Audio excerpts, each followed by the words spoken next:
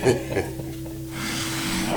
yes, here we are, gathered together for the final time. Have you figured it out yet? What will be the #1 Halloween album of all time? Oh, could it possibly be the Monster Mash? Maybe. It could be. Who knows? Is it? Will it be? Maybe. Who knows? Probably not, but it could be. Equipped to provide. I was working in a lab late one night when my eyes beheld an eerie sight. Up from the ground, to my surprise, oh, did the Monster Mash, he did the mash. He did the Monster Mash, the Monster Mash. Or will it be something different? Stay tuned and find out. And remember, have a happy Halloween. You scream. She screams. They scream. He screams. Everybody screams. For me. Toodaloo. Goodbye now.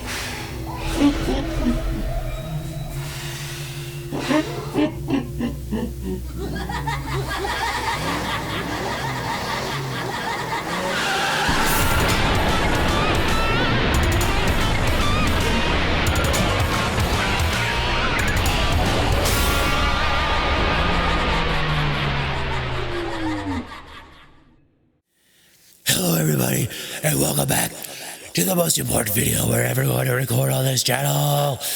Because today, we are going to reveal what the greatest, most #1, bestest Halloween album of all time is. And I'm Batman, and I'm at a rave, and I want you to have a good, fun time. And also, I can't do this voice anymore because it hurts my throat too much. So, I'll be incognito for the rest of the video, pretending that I'm Patrick Musilek. So, there we go.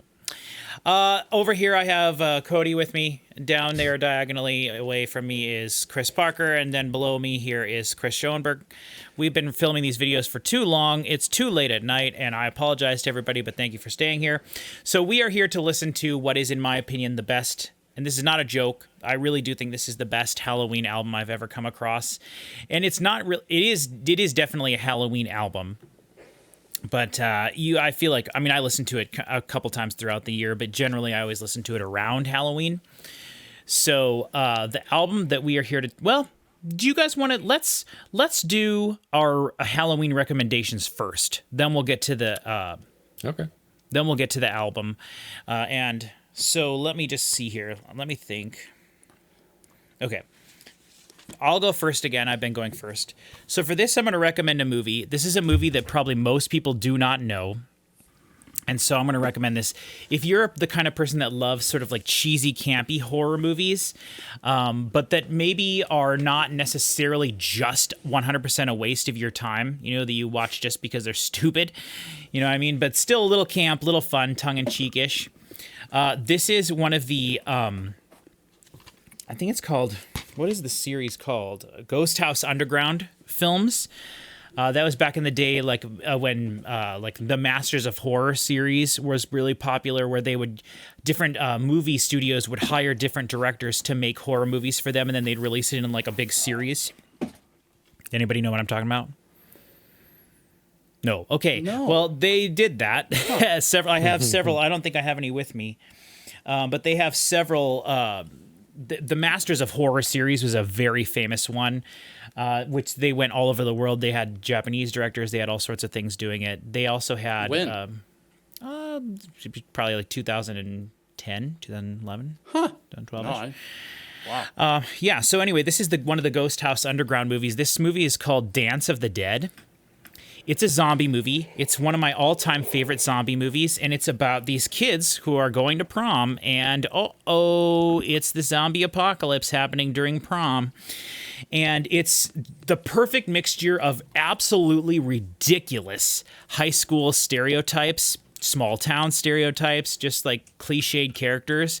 The zombies are really great. The soundtrack in this is great.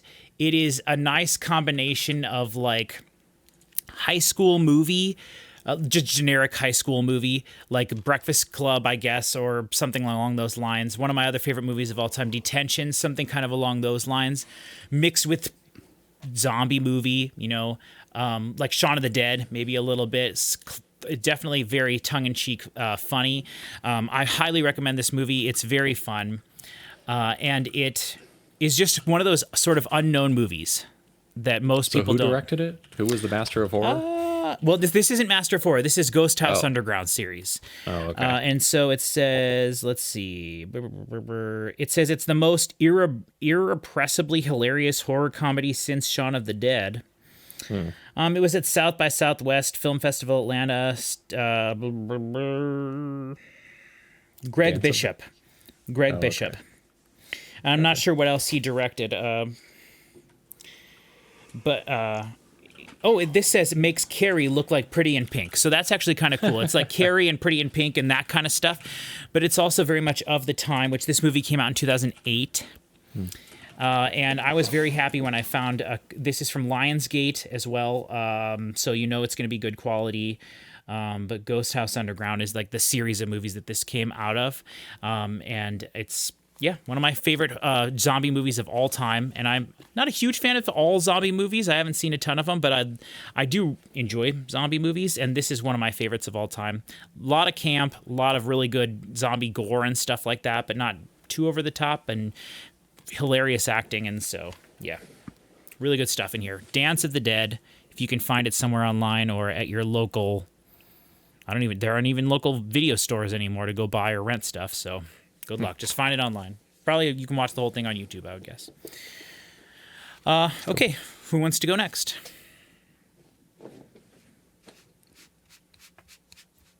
Somebody else. Speaking of unconventional zombie movies, Okay. Pontypool. Pontypool? Pontypool, yes. It's from 2008, I think, maybe '06, right in that area. And it's a zombie movie, and it takes place almost entirely inside of a radio studio. And it's just this one guy, the old dude from Sucker Punch, actually. One of my favorite movies of all time. Great musical. I do. I know all about it. He's a radio DJ, and he interacts with this whole zombie apocalypse via call-ins and hearing people scream about what's going on outside, and it all just takes place basically in this one room, and it's really interesting and quite good. That's cool. Very surprisingly good. How do you spell it? Pontypool? Pontypool. Why is it called that? I think it's the name of the town that they're in. Oh. I don't know why that sounds very familiar to me. Maybe you've talked to me about it before, but that sounds familiar. Graham talks about it every 10 minutes. Oh, yeah, that might have been it. Yeah, and has done for 15 years. But That's cool. I might check that out this year. you should. It's good. It's a good time. Graham, yeah. Graham? I've known Graham for 35 years. Huh. Does that explain things? We should have him on sometime. I haven't talked to him in a long time. He That'd be an interesting thing to do. Yeah, to be honest, he is one of the only people, other than you guys, who has kept up touch with me this whole year. He's consistently asking me all the time, how's it going? How's treatment going? All this stuff. Oh, that's nice. Yeah, I very much appreciate it. But he's way more mean when he makes fun of you than we are, so that might be fun for the channel. Oh yeah, you should see some of the texts. I definitely cannot show them on screen. But he. Shout out to Graham. If you know, definitely doesn't watch this. No. Graham has never seen a second of this. All right, Chris or Cody. Chris, you want to go? Sure. I'm all out of video game recommendations, as you may have seen from our previous video, and a lot of music recommendations. So I will recommend for the Halloween season to just go stand out in your yard on a calm night and listen to the creatures crawl around in the leaves. I find that to be quite frightening. Yeah, general atmosphere. I guess I'm afraid of getting attacked by like a possum or a raccoon, so Yeah. I find that quite spooky. Here's a question to everybody. Did you guys all enjoy trick-or-treating, or did you go trick-or-treating much when you were younger? I went a lot. Yeah. I don't know enjoyed if I it. would. I don't know if I would say that I enjoyed it, but I certainly didn't hate it. I was just Like the curious. candy. Yeah, I loved having a pillowcase full of candy. Yeah, it was fun. I never got excited about like picking my costume or things like that. It was more about just going out, running around. There was a very brief period where I liked coming up with like oddball costumes. Like I was Rotten Leftovers one year, and my mom made like this whole thing that like looked like tinfoil with like fake like tape with an old date on it, and like these little tufts of mold and stuff sticking out. I and love dyed it. my hair That's green. cool. That's That's cool. cool. I've never had like a homemade costume with any effort put into one. I don't know. The best trick or treating years are when you are finally old enough to go out without your parents, but then that only lasts for like a couple of years, and then you're too old to go trick or treating. Period. Yeah, it's right on the outside cusp where you're like, Yeah. well, I'm old enough, but it's like 12 to 14, and that's I it. know it's like suddenly it's not fun anymore. Yeah, I've never went trick-or-treating. Yeah. Fly. Why? Just, I mean, we did dress up in a costume and go to my grandma and grandpa's and my aunt's house. So but you other- have gone trick or treating. Well, we just go into the house and visit Did they them. give you candy? Not, I mean, I guess they Was had there like candy involved? they had like a whole bucket that they just would give to us. I would argue that that's trick or treating. I mean, a crucial don't part think of it trick or is. treating is That's you a have pretty- to not know who you're going to see. Yeah, that's Yeah. what I would Or say. what they're it? going to give you. You got to That's be some like really blind unfortunate knocking. trick or treating. Yeah, well, That's worse than all the kids who trick or treated at the mall. But also, you have to remember too, like I've never lived in town.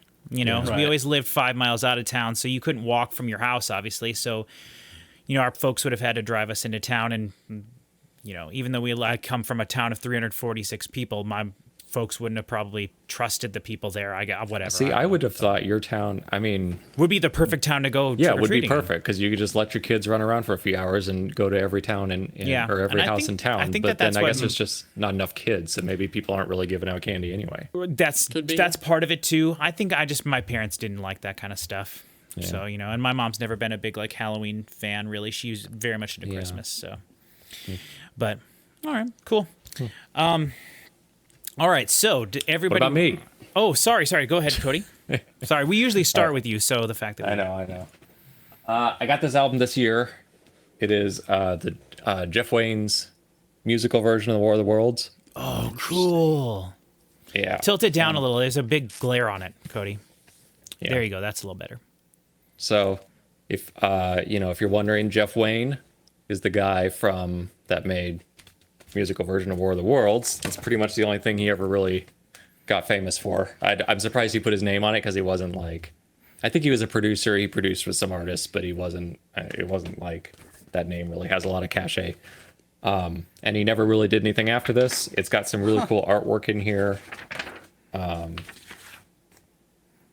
Oh, wow. Cool. It's like really like. What year was this from? Look at this, 70s. Wow. Very cool. So it's essentially it is what it says on there. It's almost like a stage musical presentation, and there's Richard Burton does voiceover, like telling the story kind of between tracks and in front of tracks. And there's a lot of different artists on here. You've got David Essex, Phil Lynott, who was from Thin Lizzy. Justin Hayward, I think, was from Moody Blues. So basically, Jeff Wayne was a producer, and he was friends with all these artists, and it was kind of like a self-funded project, I believe. And so it's a double album. It's really like prog rocky. It's just fun to listen to. Of all the things to be like passionate enough about to want to like dedicate like a long time of your life to like creating something, the War of the Worlds is an interesting one.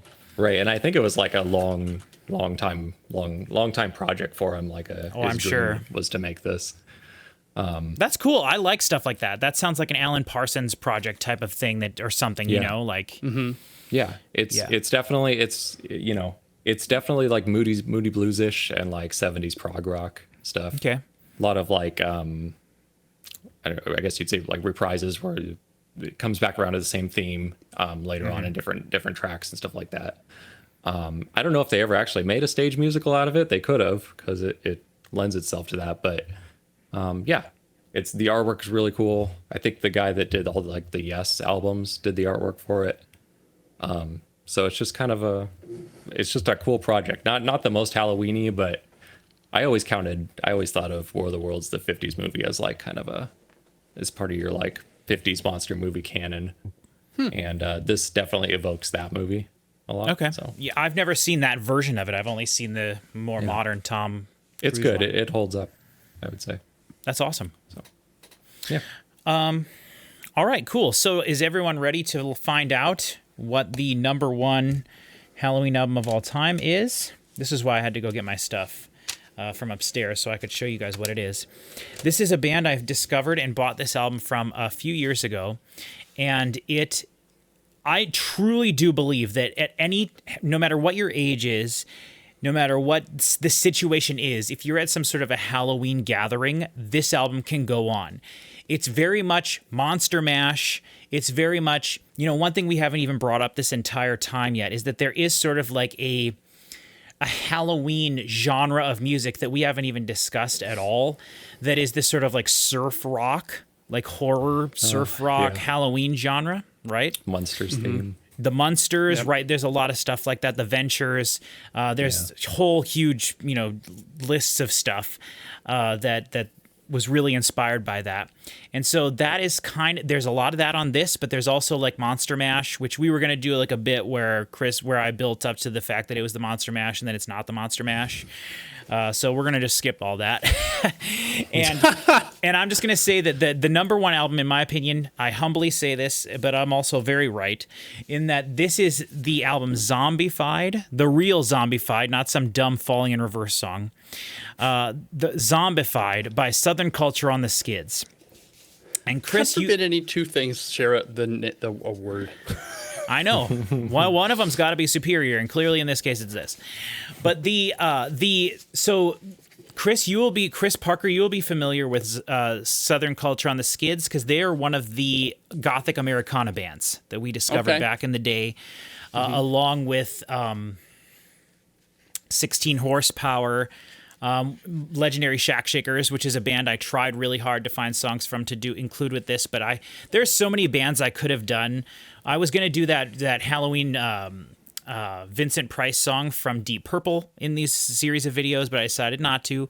I had a whole Rob Zombie thing planned out that we were going to do, and I kept listening to it thinking, which two songs do I want to do from this? And the more I thought about it, the more I was like, we can't just do one or two Rob Zombie songs. We can't. We have to do a full album. So, like, I don't know how we're going to do it in the future or whatever. Maybe next year. We did the entire discography last year. We did one album, and then the video had to be uploaded without the music in it. So it got real screwed up. It was really terrible. And so I don't know what we're going to do, how we're going to do that, but like, I don't know, whatever. I decided not to do that. I feel like that was a pretty obvious thing. But there was so much stuff I could have done there. I could have done We Buttered the Bread with Butter. They have a sort of a horror theme thing with Exorcist and Zombie Bitch. They have several, so there's I could have done, we could have done a video of Halloween songs in other languages, like spooky this, spooky that, electronic music, whatever.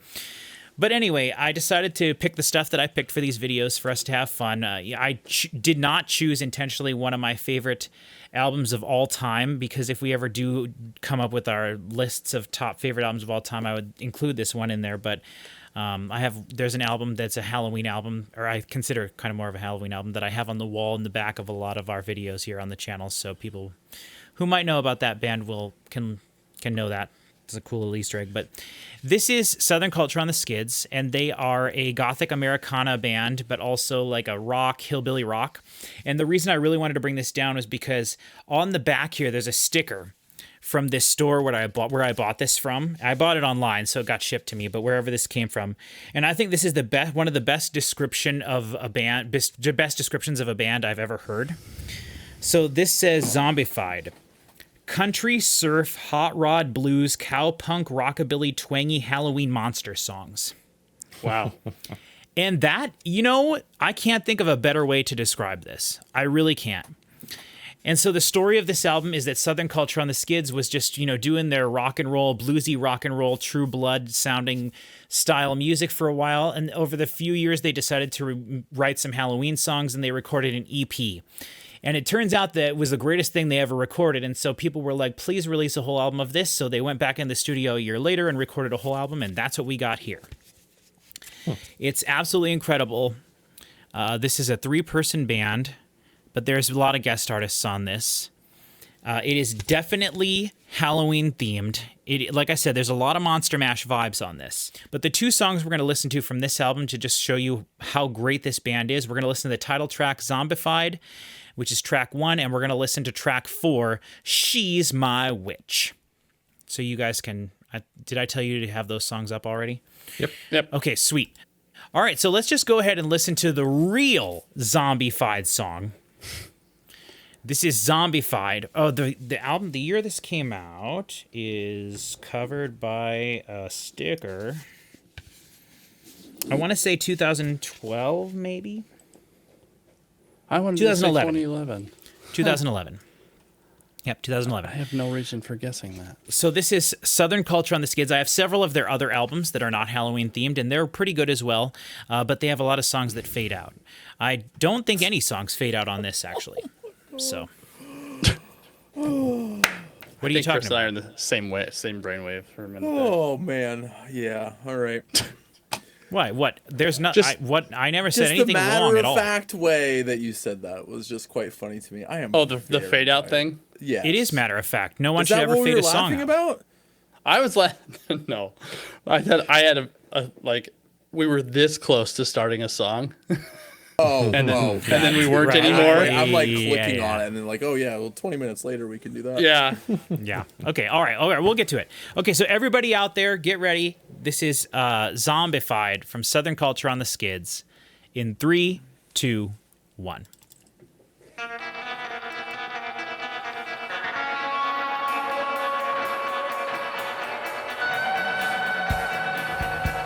I never understood how surf music got associated with Halloween. I was just thinking about that. I would love before to we know that. started. Yeah. I've heard this before. I didn't quite hear what you said. Were you talking about marrying surf music to horror?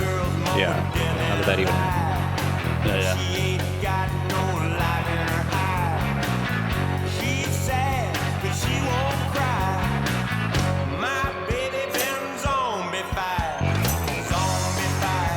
Vocals too low in the mix, you think?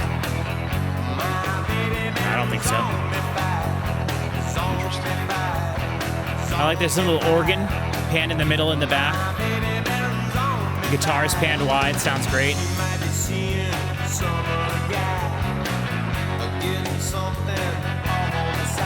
Might be a saxophone in there too. I'm not sure.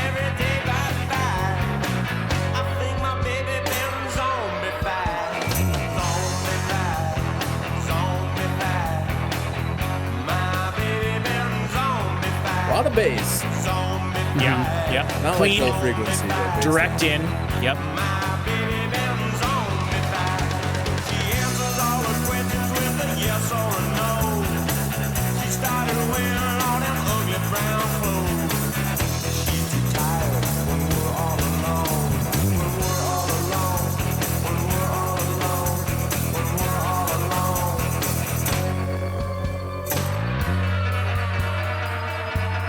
That can't be saxophone, because if it was saxophone, Patrick couldn't say that it's the best Halloween album ever. That's right. It would be immediately That's disqualified. definitely true.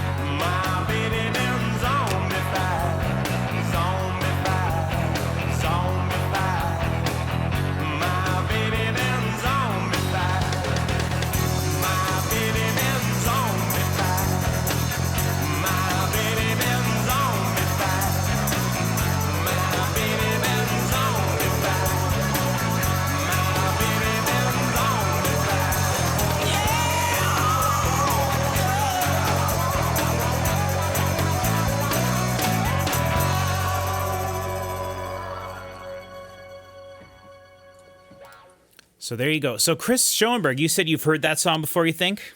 Yep. Probably like played before a show or something, I would imagine. Or? I don't know. I don't remember where, but I've definitely heard that before. Yep, that's awesome. I'm very happy to hear that. Like this, any song from this album should be played on the radio, like whenever or wherever, like you hear Monster Mash in your life around Halloween. Like that place should also play any song from this album, I think. I'd happily hear this instead. Yeah, I mean, I do Really? I do love the Monster Mash, but this is just great. Monster Mash. Again, what do you have? What's the problem with Monster Mash? Dude, and I don't Monster know, I Mash feel- has a story to it. I feel like when Jeff was bad mouthing bare naked ladies in Community, like suddenly, like I'm surprised you people are like, oh yeah, Universally the old loved. MM. Wait, when did you say this record came out? 2011. 2011. Why does the internet say that it came out in 1998? That might be when the initial EP came out. Like this particular song might have been 1998. That's a long time to make it into an album. Yeah. I mean, I didn't know anyone was going to fact check me, but like, well, I mean, it says right here in the thing, I mean, copyright I don't think that goes 2011. against what you said. You said that. Well, I think I did say the next year they decided to put it to a thing, but right there it No, says I think you just said 2011. that so. they made this EP and people were like, you should make that No, album. it came And out in then indeed they did. 1998. The album did? Yeah. And what is this 2011 thing on that? Maybe it got reissued. Maybe it's a reissue. I mean, it could be a reissue, but I think that the point was that there was more songs and stuff added to whatever the initial thing that they recorded was. The 98 one only has 8 tracks. Yeah, and this one has 13. So that was the initial thing, and I don't know if they released it on CD or not. They would have had to, because in 1998 there was no other way to release their music. Right. Mystery solved. But so anyway, yeah, this whole album's fantastic. Like it has there's instrumental stuff. There's not. Do you guys want to just listen to the next one, or anyone have anything to say about that? Like Cody, Chris, you guys have any? I don't really.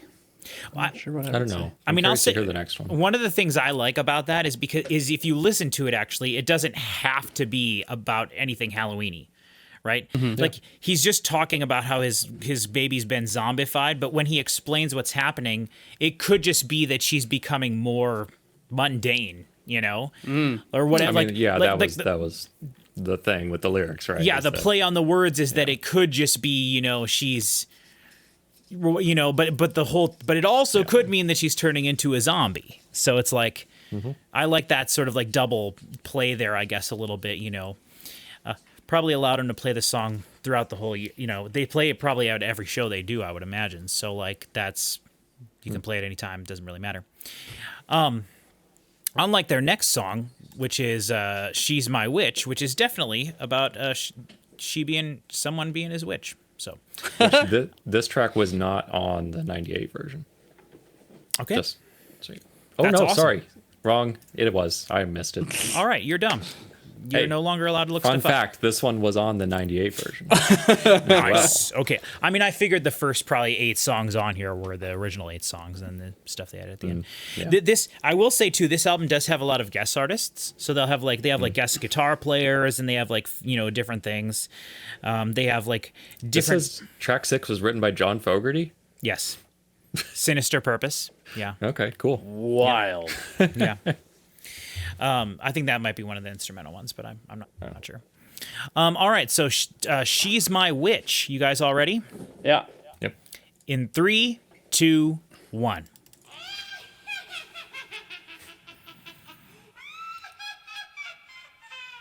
Just her laughing for 2.5 minutes.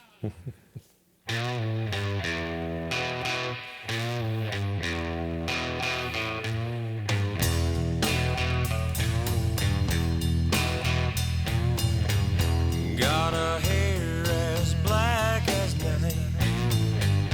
Got a skirt that's so tight. I'm telling you, boy, I got it lit. She's my witch.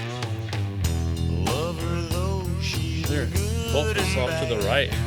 Yeah, a little bit. Mess around and you've been had.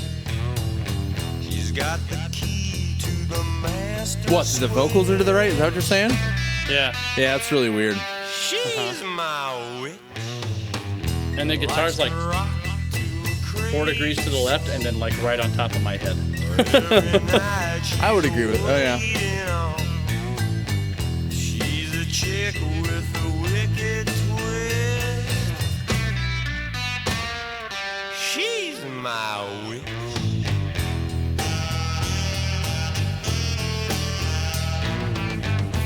Get it off the list.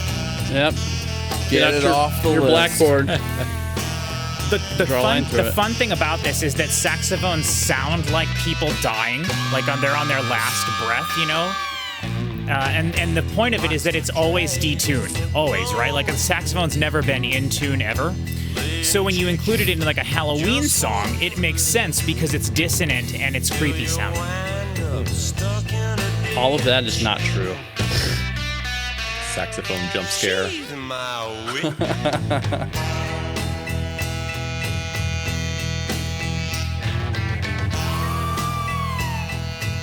This is all a lot more down-tempo than I was expecting. Yeah, it's not fast at all. Most of the album is, like, they have songs that are more like Spanish influenced with flamenco stuff. Like, one of their songs is called Bloodsucker, and I really had a hard time not choosing that one. Undertaker's great as well. The whole thing is fantastic. Their instrumental songs are a little bit slow like this, and it does fade out. Like I lied. I said earlier I didn't think any of the songs fade out in this one. Saxophone and a fade out. Yeah. Well, you know what I mean? Halloween only comes around one time a year, so you can... I mean, I explained the saxophone thing. Saxophones sound like people dying, so it makes sense that you would put it in a Halloween song. That saxophone was perfectly in tune. It was. That was actually... I like that sax tone a lot. That's really great. It reminds me of the BoJack theme song. Just like it's got such a nice, dirty kind of like... Just a grime feel to it. So Well, this was except the for it's sound. too small of the saxophone. The big one is the better one. Oh, yeah. The deeper the better, for sure. Yeah, for sure. Bass This sax. was a cover of a 1958 song, apparently. Yeah. Ah! Yeah. A lot of that That's album cool. is covers. Yeah. I thought this one sounded familiar, and I wonder if I've heard the original one or something. It's possible. For sure. Huh. Did you like this one better than the first one, Cody? Oh, about the same. They were both good. I'll probably go back and listen to this whole album this month sometime, I think. Yeah, like I said, it's fantastic just put on in October. Yeah. The mix positioning was bewildering. That was... Although there Hard was left another one sax. we listened to tonight where the panning was even weirder. Was it that first stuff when it was like hard center except for the drums? Yeah, it was, That one well, was- that was the second video. That was the Schoolyard Heroes. It probably was the Schoolyard Heroes one. Yeah. I mean, I don't know. I think the instrumental songs on this album are a little bit more of the surf rocky type stuff. So it's very bluesy. It's very like slow, and then there's some of it is surf rock, but it's not the fast surf rock. There is a little bit of that, the Dwayne Eddy style, dum dum dum dum dum dum dum dum dum dum, that kind of stuff, like the Munsters theme song. There is stuff like that. But not as much of it as you would think. It's just like a lot of it is pretty chill, like you said, Cody, and like this. And it really, there's auxiliary percussion on some of the songs. Like they really treated it from a like whatever needs to go in this song to fit the song is what we're going to put there. And I really appreciate that from that standpoint. Obviously, I talk about that all the time here on the channel. So like, yeah, I cannot recommend this album enough. Everybody go check it out. If you have a Halloween party, whatever, just look up Southern Culture on the Skids and throw a couple of their songs at random. If you're like adding songs to a playlist or something like that, I highly recommend any of their songs from this album. And if you want to listen to the whole thing, it's incredibly varied. So it is like listening to a playlist of like random various artist stuff. So Cool. yeah. Awesome. All right, well, last thing we can do in this video, I guess we'll just say I haven't shown anybody in the videos yet this specifically, but I wanted to just show everybody that I did, in fact, shave my head. So, Yep. Looking good. yeah, way better than it was before. I was joking around with all the nurses at the hospital the last couple of weeks that I was my plan, the reason I had my hair looking the way it was I wanted to be Jason for Halloween because my hair looked just like Jason when you see the back of his head. That's funny. Yeah. Yeah, it was really, really accurate when I look at it. So today was the last day that I'm going to shave. So I'm going to let all my facial hair grow back. And my hair is already kind of growing back a little bit, but it doesn't matter. I think I look way better like this. So Got kind of a Kyle Gass thing going on. Yeah. Totally. sometimes sure. Like younger. Is that insulting? I mean, he's just fat sidekick dude. So Well. yeah. But like I mean, he's the real musician in the band. Graham always used to be like, you remind me so much of what's that guy? Chris Farley. Or Jack Black. He always used to say Jack Black or Chris Farley. And I'm like, I guess, but I don't really have much not energy. He was just calling you fat. He was, yeah. That's what I'm saying. And that's kind of the vibe I just got from Cody there, too. Very Cody Sorry, meant it nice. Let me- I'm just looking at your head here. You are nothing. Yeah, you look nothing or act nothing No, like no, either one Yeah, of those neither of guys. them. Yeah. Well, and if you remember Chris Schoenberg, back when we were in college and then later when I worked at the studio, too, like, the amount of times some of the people who were my friends would tell me, like, shave your head. You need to shave your head. You should just shave your head. But that statement was always followed with a laugh. Always. It was always That sounds like you you're should just shave your describing head. Graham over and over and over, because that's what he would do. He would say that and then laugh about Yeah, it. basically, I mean, it was basically You, him. Graham. Here. No, remember, he's one of the people that's been nice to me this year. So I don't know. Oh, well, this year, I guess that throws out the last 25 then. Yeah.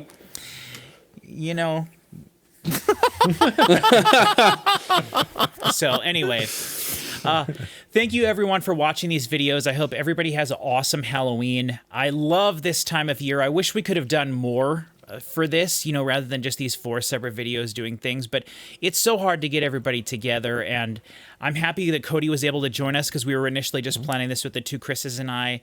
So Cody was able to be here, and that's great. I'm so happy. Thank you, Cody, for joining on short notice.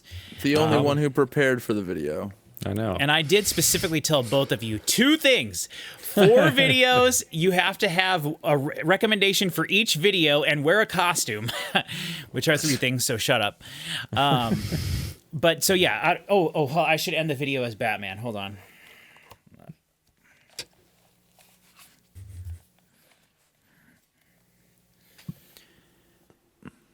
What can I say that's funny? Nothing you've said so far as Batman was funny, so you could just keep that going. Yes. All right, whatever. Whatever. Happy Halloween, everybody. Patrick will be back next time in the next video. And we'll see you all next year with some more awesome Halloween content. And yeah, let us know if you like this kind of stuff. Thank you very much. Merry Christmas.